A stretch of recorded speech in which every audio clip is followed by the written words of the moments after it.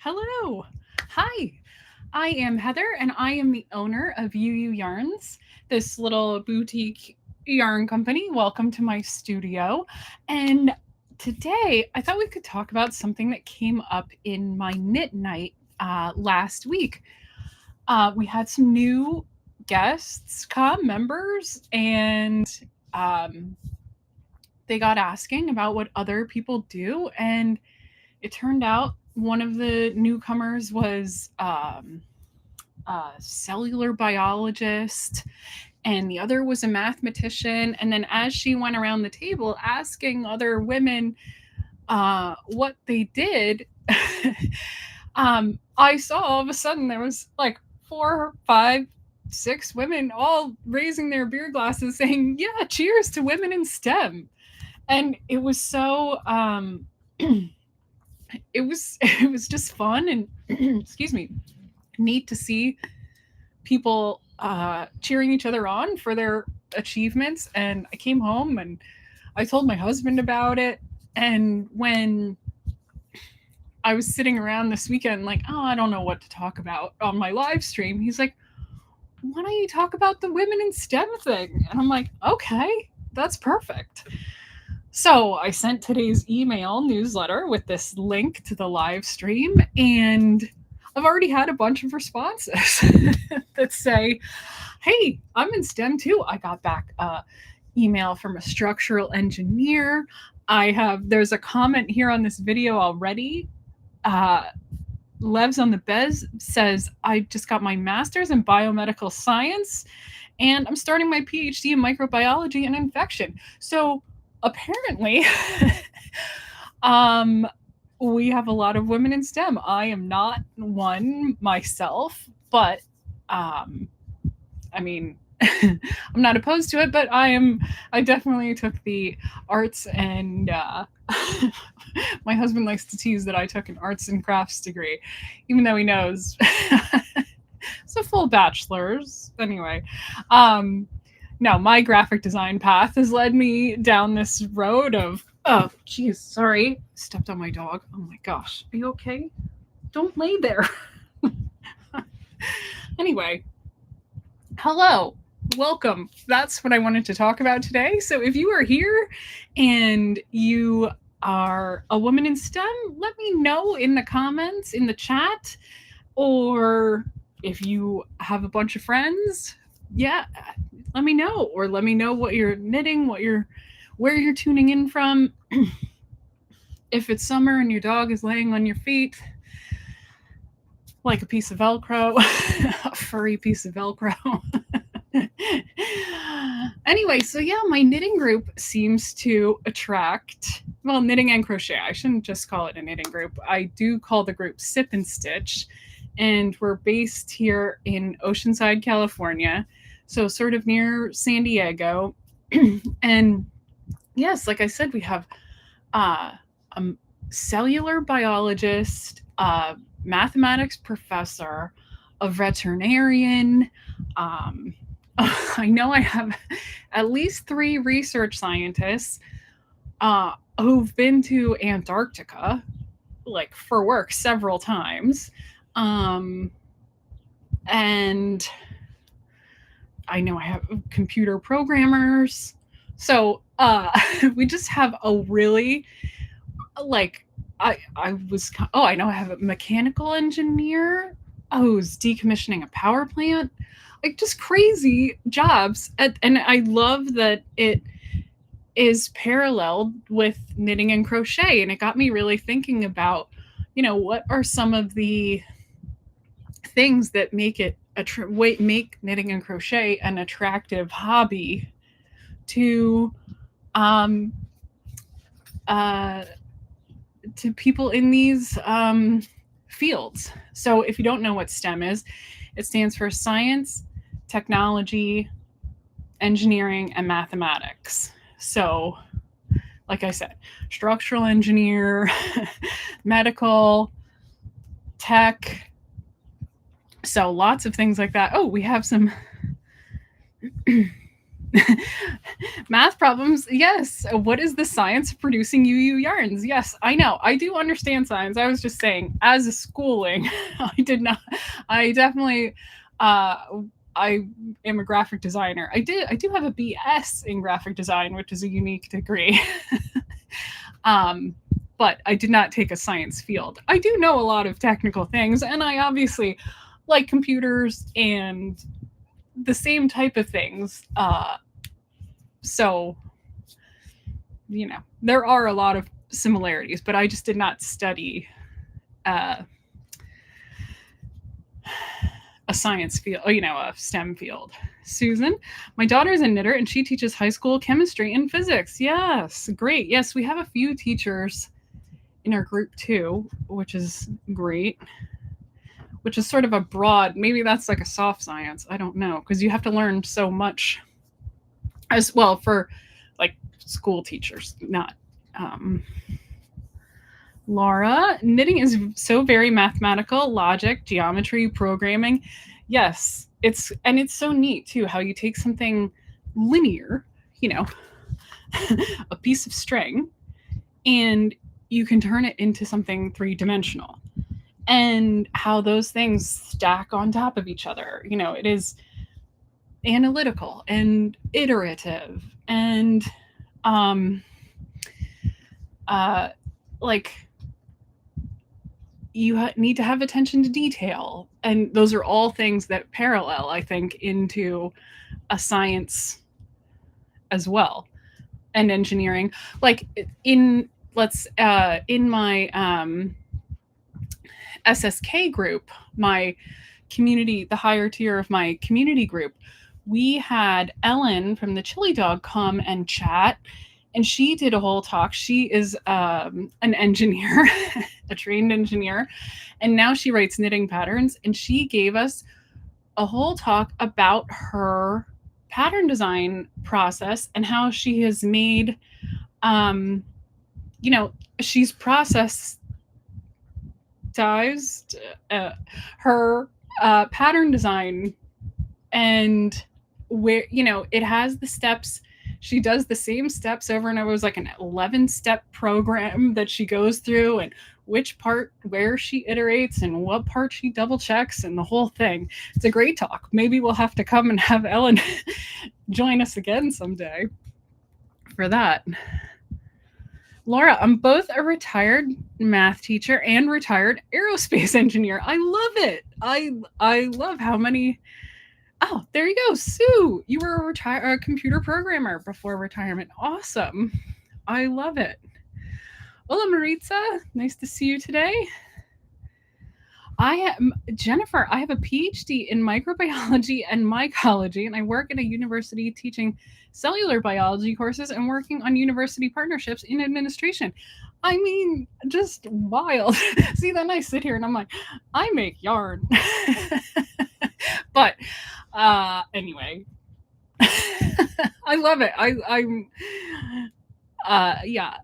Anyway, this is fun. Hi there. I'm a curator of biology at a museum, and I love to knit. That is so cool.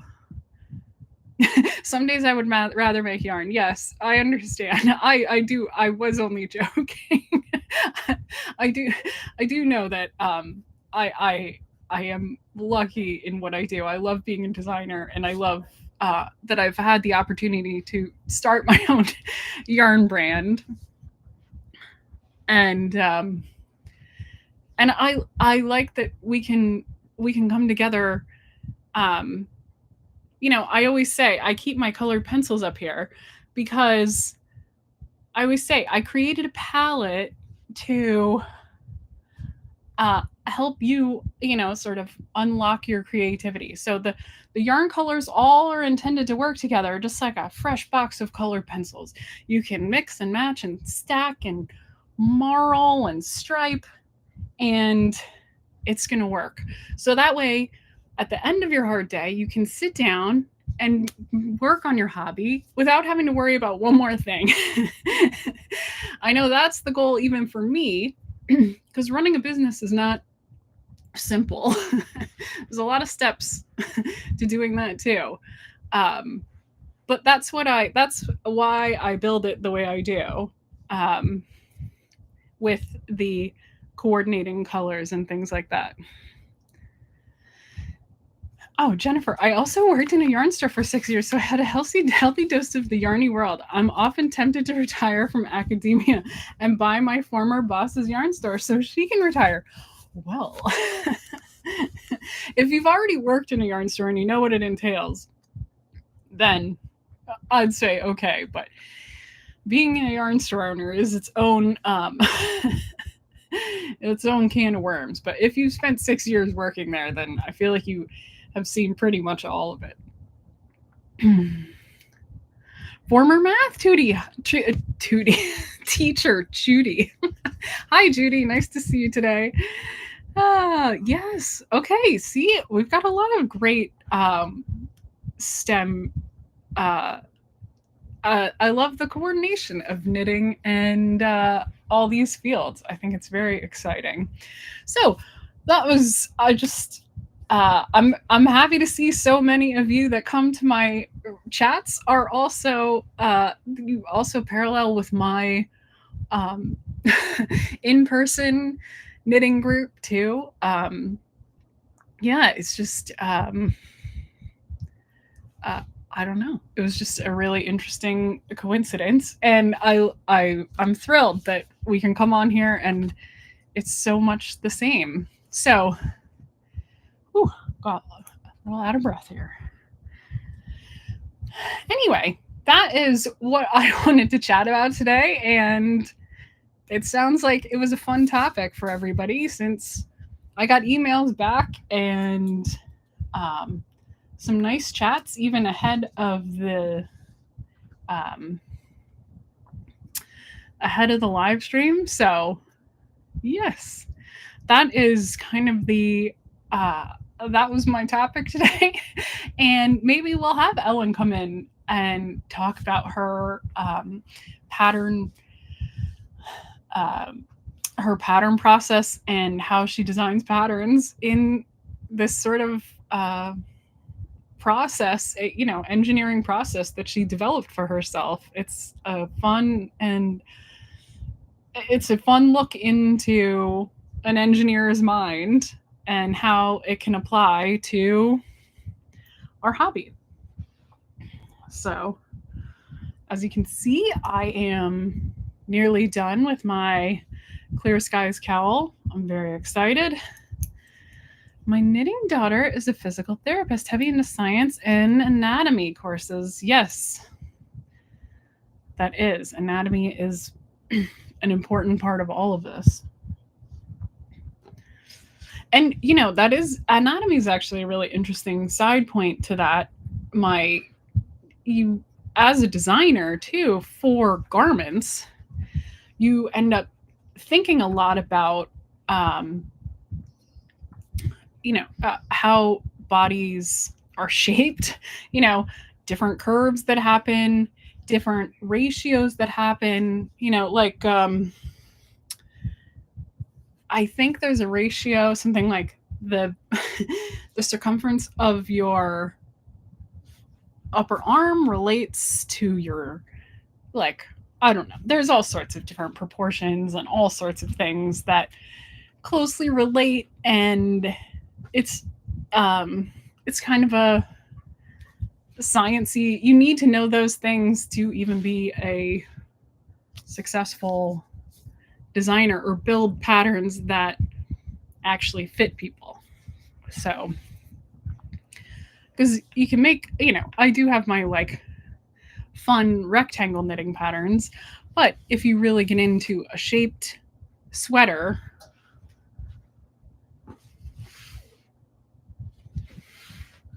oh, here.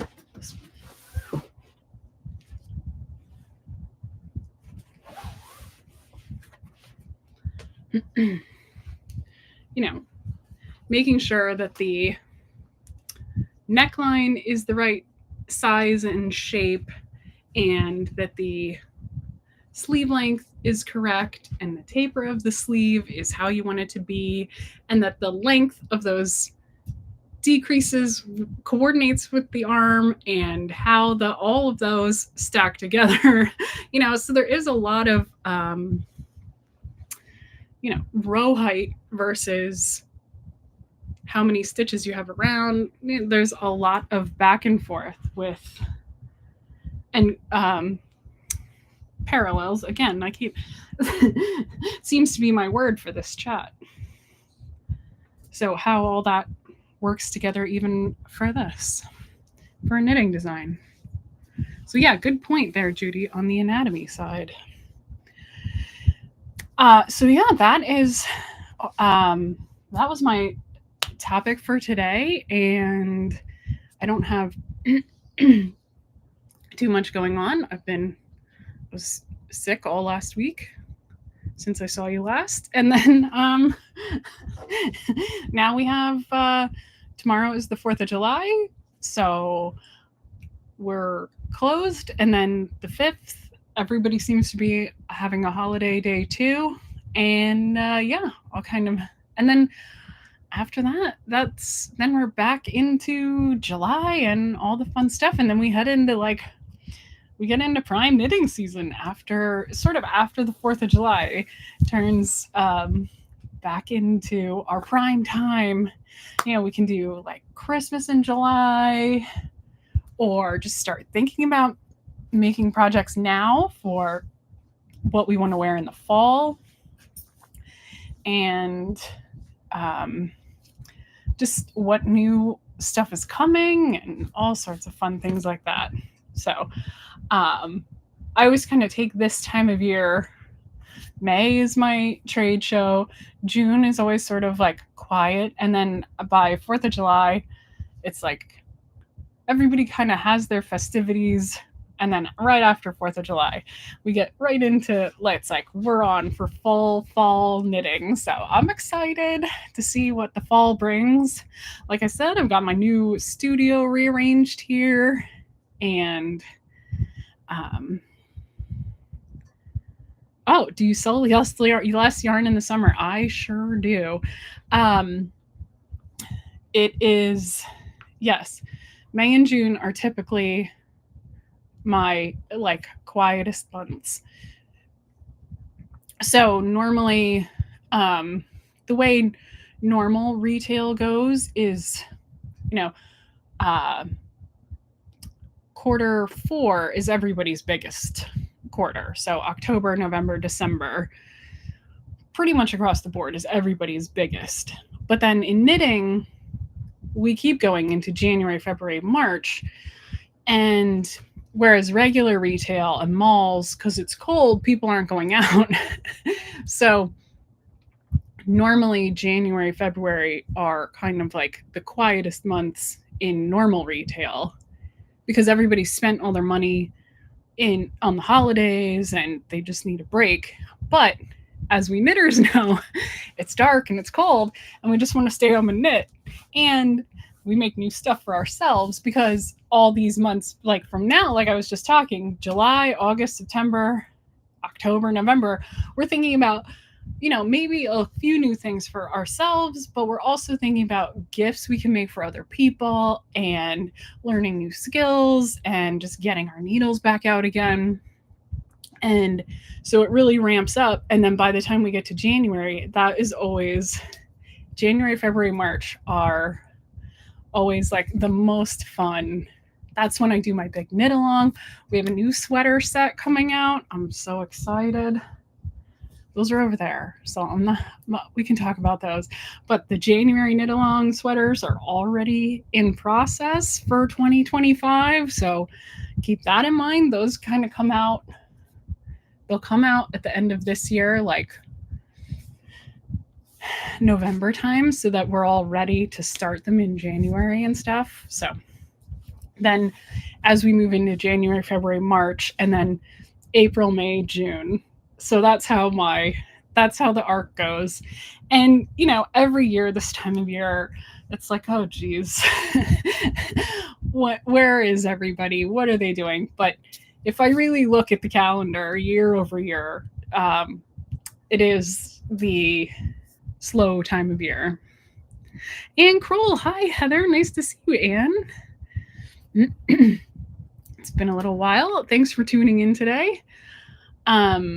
So yes, that is kind of the calendar flow of the knitting world, the yarn world.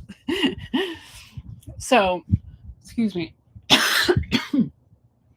Boy, I'll tell you.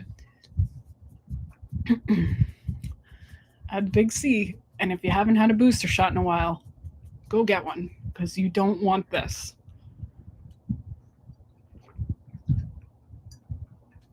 And it's going around. So anyway, my PSA. That is that's about all I've got today. So I'm ready. I think next week we'll be talking about maybe some new projects for fall, and then just getting into it. Maybe we'll do one of the hats I talked about last week. I'm pretty excited about that. And yeah, I'm definitely going to have my Clear Skies cowl finished and off the needles and blocked because I'm so close and I really want to have it all done. So that is what's going on. I've got a nice long weekend. My anniversary's in there too, so that's exciting. Got a sushi date night planned for that. So that is the happening here at Ewe Ewe Yarns. Got a couple days off, which is a nice treat, like I said, because then we ramp up into the full fall knitting season. So, oh, Jennifer, happy anniversary. Thank you. Yes, 17 years somehow. I can't even believe it. I mean, I can, but also, wow. So that that's what's going on. And yes. I guess that's about it today. I'm trying to dig through my brain, and that is where I've landed. So I hope you have a great and safe 4th of July and a nice long weekend if you get the time off too. And I'll be back next week, Wednesday, my Wednesday at 1, I like to call it, which is what it is here in Pacific time. So I will see you then. Jennifer, time flies when you're with someone you love. Yes, I know. Kind of can't believe it, like I said, but I am excited. I do like it when it comes around every year. Thank you, Laura. Thanks for tuning in, and thanks for all your feedback about your careers and other women you know that knit and are in the STEM field. I think it's really great that so many of us align with the sciences and the hobby, and just a fun thing. So I hope you have a great day and a nice holiday weekend.